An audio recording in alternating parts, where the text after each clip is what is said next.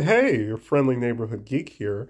So, continuing my journey through my favorite Hanna-Barbera productions, I am going to talk about the Herculoids.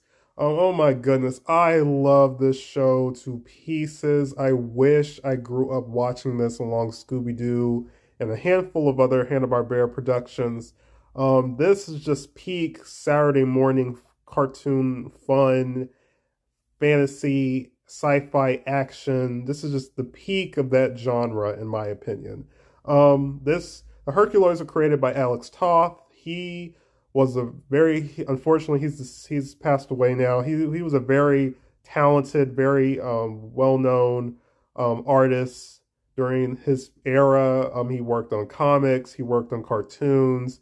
I believe he worked on all the Hanna-Barbera action cartoons. He did all the illustrations for those superhero cartoon shows. And if you go online, there is a website dedicated to him. You can see like the art book of all the Hanna-Barbera drawings, early stages, notes he had in regards to creating certain characters. It's very, very interesting if you want to check it out. I highly recommend that. But yeah, basically, Herculoids, they lived on a planet called Amazut, but I think it was later called Quasar later on. I think it had one or two seasons. I can't remember. But yeah, it was about a family. King Xandor, who you see behind me with the orange hair, his wife Tara, and their son Dorno, and the Herculoids, who were basically their pets, but they were also kind of like extended family members, and they protected their world from evil, sinister invaders, so to speak. So evil aliens or other beings who came to or from their planet Quasar, who threatened the family or threatened the land, threatened the planet, threatened other innocent life on the planet. The Herculoids were the ones to stop them in their tracks. We have Gloop and Gleep, the two blob-like characters who can shapeshift and do all these other crazy cool abilities. We have Tundro, the eight-legged, I think, I can't remember what Tundro was supposed to be. He was an eight-legged rhinoceros type creature. He could shoot rocks from his horn, which was really cool, lava rocks. We had Igu, the rock ape. He was completely invulnerable. He couldn't be harmed. And we had Zoc, the space laser dragon, and she could shoot lasers from her eyes. So again, the whole concept was just super duper cool. And like I said, I highly recommend this show if you're interested. Just classic cartoon. Yeah. Hey, your friendly neighborhood geek here. Okay, so today I want to briefly talk about an awesome classic Hanna-Barbera cartoon from the late 60s. For those who don't know, Hanna-Barbera was responsible for Scooby-Doo. They created Scooby-Doo, Jetsons, the Flintstones, too many to name in one video, cartoons. In the the late 60s, early mid-late 60s, they created superhero cartoons. Um, yeah, they created Saturday morning superhero cartoons, which was fairly common back then. Unfortunately, back then, those type of shows, the characters never really had an origin story, and Samson kind of falls into that same category. For those who don't know, Samson is a character from the Bible, a biblical hero from the Bible, and he was kind of equivalent to like Hercules from Greek mythology. He has superhuman strength and all that good stuff. Ignore that notification if you heard it. So Samson basically is a teenager or a young adult. He wears these magical gauntlets or armbands on his hand, around his wrist. He has a dog named Goliath, and they kind of travel around on a moped, sort of, kind of. And every time there's evil afoot, he will shout, "I need Samson power!" And he will slam his armbands together, which actually looks really cool when you see it in the show. And he would turn into the hero you see behind me, Samson. Uh, Excuse me. And he would do it a second time. He would clap his armbands together a second time, but he would point them at Goliath, and Goliath would turn into the lion, which is kind of funny. It's kind of a running gag in the fan base or people who are fans of the show. Like, why did the dog turn turn into a lion? It didn't make sense. Like, it would have made more sense for him to turn like a big wolf or something. But you know, it was the '60s, so I give them leeway. And basically that was the premise of the show. Like every episode, he would fight a different villain, antagonist. I think it only had one or two seasons. A good chunk of the episodes are lost because they weren't I forgot the word, but they weren't saved properly. They weren't stored properly, so some of the episodes is lost, which is really, really unfortunate. I think the show deserves a comeback. If Warner Brothers was to, bring this series back in some shape or form, I love the concept. Like I said, Samson's kind of similar to like Shazam, like the Billy Batson character or He-Man. He's kind of similar to those two type of heroes in that sense. But yeah, give this show a watch. Go check it out. Hey, your friendly neighborhood geek here. So again, continuing my ventures through classic Hanna-Barbera productions, I'm going to briefly talk about Fang Face. This is a show I wish I saw this as a kid. Basically, the best example I could give you is if you took the Scooby concept, but the gang fought real monsters and real like supervillains, and you made Shaggy and Scooby the same character. So you just kind of made Shaggy a werewolf, essentially, with superhuman strength and all that good stuff. That's basically Fang Face. Ignore that notification. So basically, we have a group of friends. There's four of them, which was kind of traditional for the Hanna-Barbera formula. Surprisingly, one of the friends, the female friend was black, which I was very surprised to see that. But I believe she was voiced by a Caucasian actress, so yeah, but still, I think that was cool for them to have at least one friend, a person of color. So that was really cool to see. So one of the guy friends in the group is a werewolf. I forgot how it happens. I can't remember if he transforms at every full moon. There was a certain way he could transform, but he would turn into Fang Face. And Fang Face basically, helped the gang stop whatever monster or villain they were up against in that said episode. And later on, they kind of brought in a baby. Like, he had a cousin called Baby Fang Face, and that was really I didn't care for that. I felt like that wasn't needed, but yeah. I think the show only had 2 seasons. I'm not entirely sure. Like I said, I like the concept of this show. I think the concept, if it had the same heart and same writing as the OG Scooby-Doo, I think this show could have been equally as good or even better. This is coming from a diehard Scooby fan. I think this could have became as good or even better than Scooby if it had been, written better. So from what I heard, the writing isn't as good for this show. When they brought in Baby Fang Face, it really kind of went downhill. One thing I don't particularly like, Fang Face looks very goofy.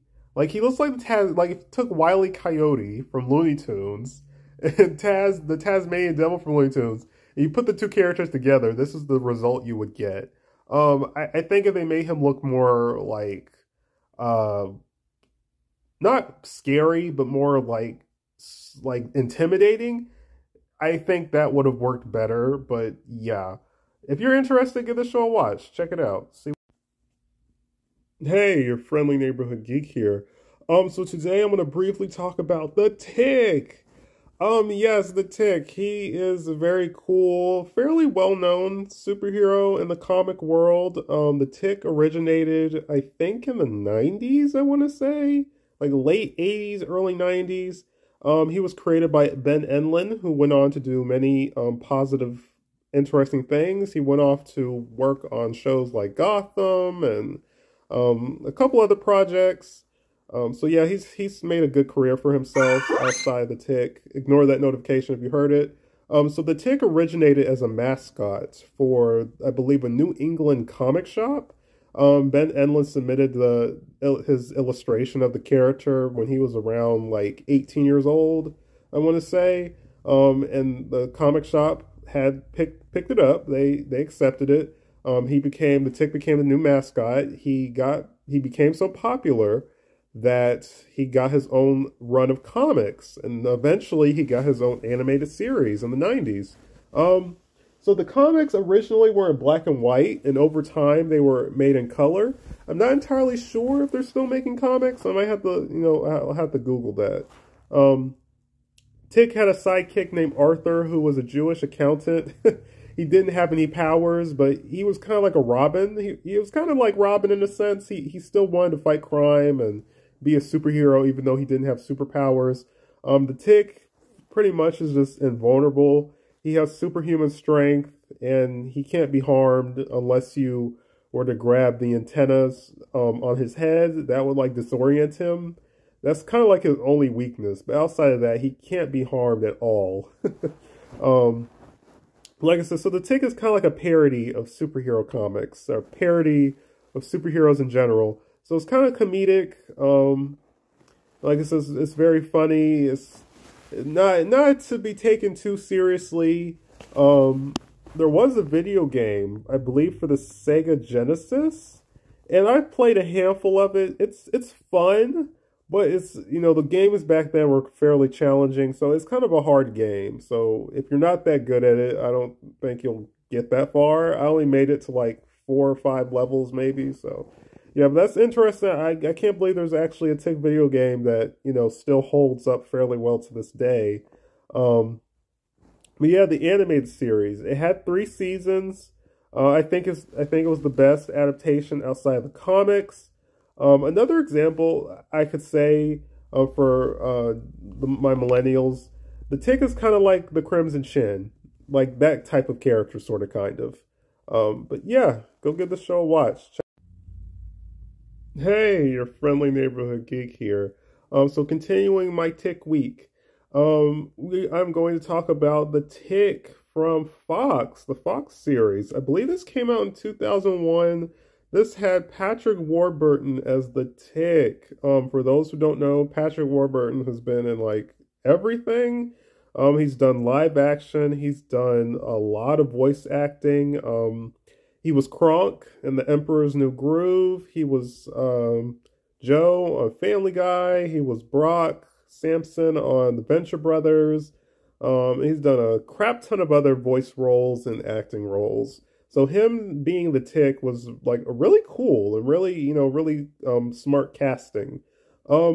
This show is basically like, for those who've seen Seinfeld, this is like if you took the concept of Seinfeld, but you made them superheroes. It's basically kind of it. But it works. It's hilarious. The show is funny. The writing is good. I believe Ben Enlem was director of this show. I'm not sure if he directed every episode, but I think he did oversee the whole show. And unfortunately, it got canceled. Around this time, Fox was canceling a lot of their productions and that type of thing, and this show, unfortunately, was one of them. I think the ratings weren't that high.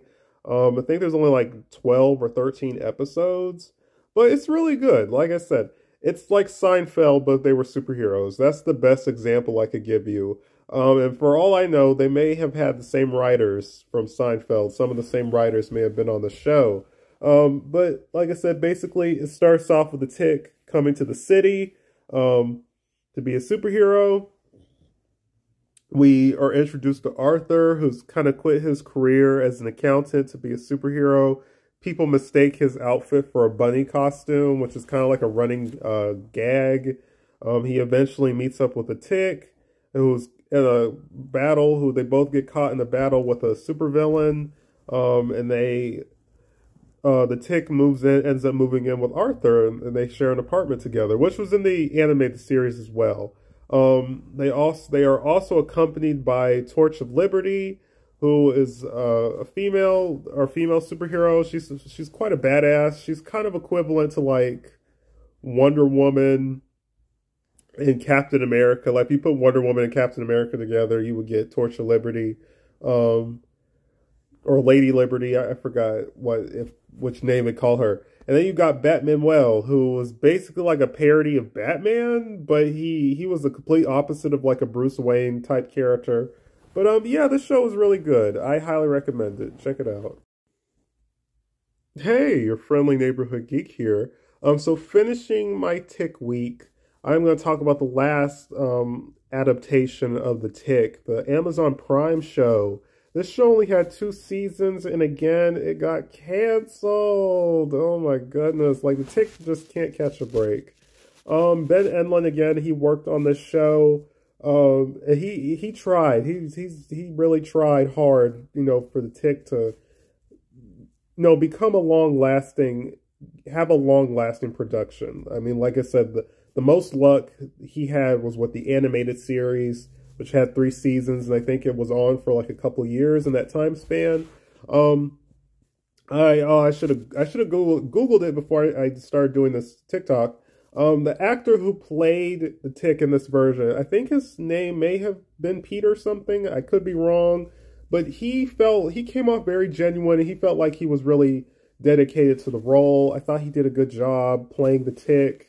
And like so I remember there was a lot of not necessarily hype for this show, but there was like a lot of like there was like a panel at Comic-Con, and there was kind of some behind the scenes stuff, and you got to see the cast and Ben Enlund together, talk about the show and what to expect and that type of thing. So there was like I guess kind of like press centered around the show coming out, and it had a lot of promise. Like I said, the first season kind of had like a overall kind of not necessarily mystery, so to speak, but it had like the storyline, like you knew where it was going. I guess like you knew something big was gonna happen at the end of the season, and there was build up to that. Season 2 again kind of continues on with that concept, and they throw in some other new things to happen, or new things to throw in the Tick and Arthur's way. We also get introduced to like a allegiance of superheroes, so their version of the Justice League or the Superhero Association from the One Punch Man series, kind of similar to that, sort of kind of. So like I said, we kind of see more characters, and like I said, just a lot of cool things going on outside of Arthur, excuse me, and the Tick. But like I said, it was a good show. It had a lot of promise. It's sad that it got canceled. I thought it was good. If you're interested, you want to see something different from the other superhero properties. Hey, your friendly neighborhood geek here. So I'm going to talk about a gem of a movie from 1988. Jan, I don't know I don't know how to pronounce his last name. This is Alice from 1988, Alice in Wonderland. This is an Alice in Wonderland adaptation. That, like I said, is very cool, very surreal, very creepy. I think this may be the intentionally darkest adaptation of Alice in Wonderland. I love Alice in Wonderland.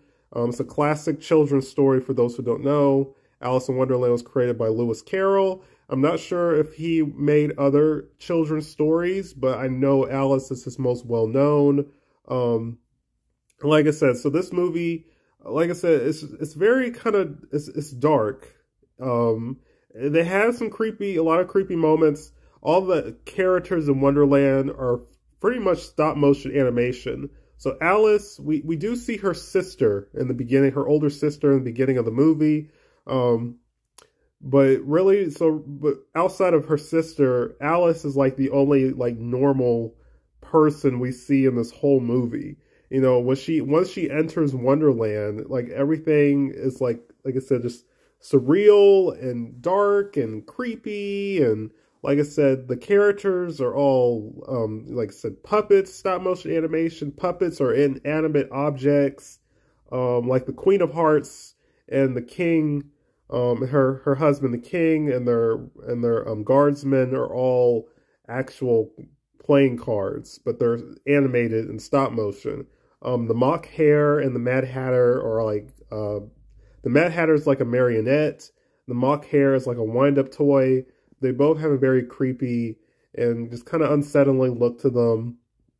When Alice shrinks, when she drinks the potion that makes her shrink, she turns into a porcelain doll, which on paper that sounds cute, but when you see it in the movie, when you see this porcelain doll being animated, it does add another level of creepiness. That's another interesting thing.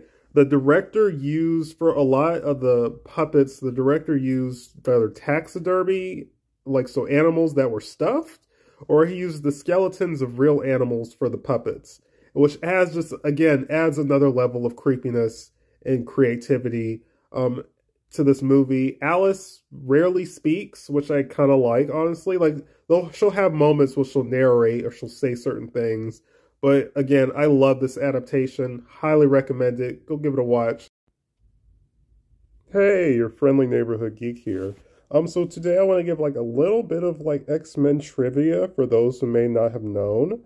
There was an X-Men pilot in the 80s called Pride of the X-Men. Pride because Kitty Pryde was like a main part of that episode or special, whatever you want to call it. Yeah, so this is really cool. This was Marvel's first attempt at an X-Men animated series. So in a sense, you can kind of consider it like a prequel to the 90s show.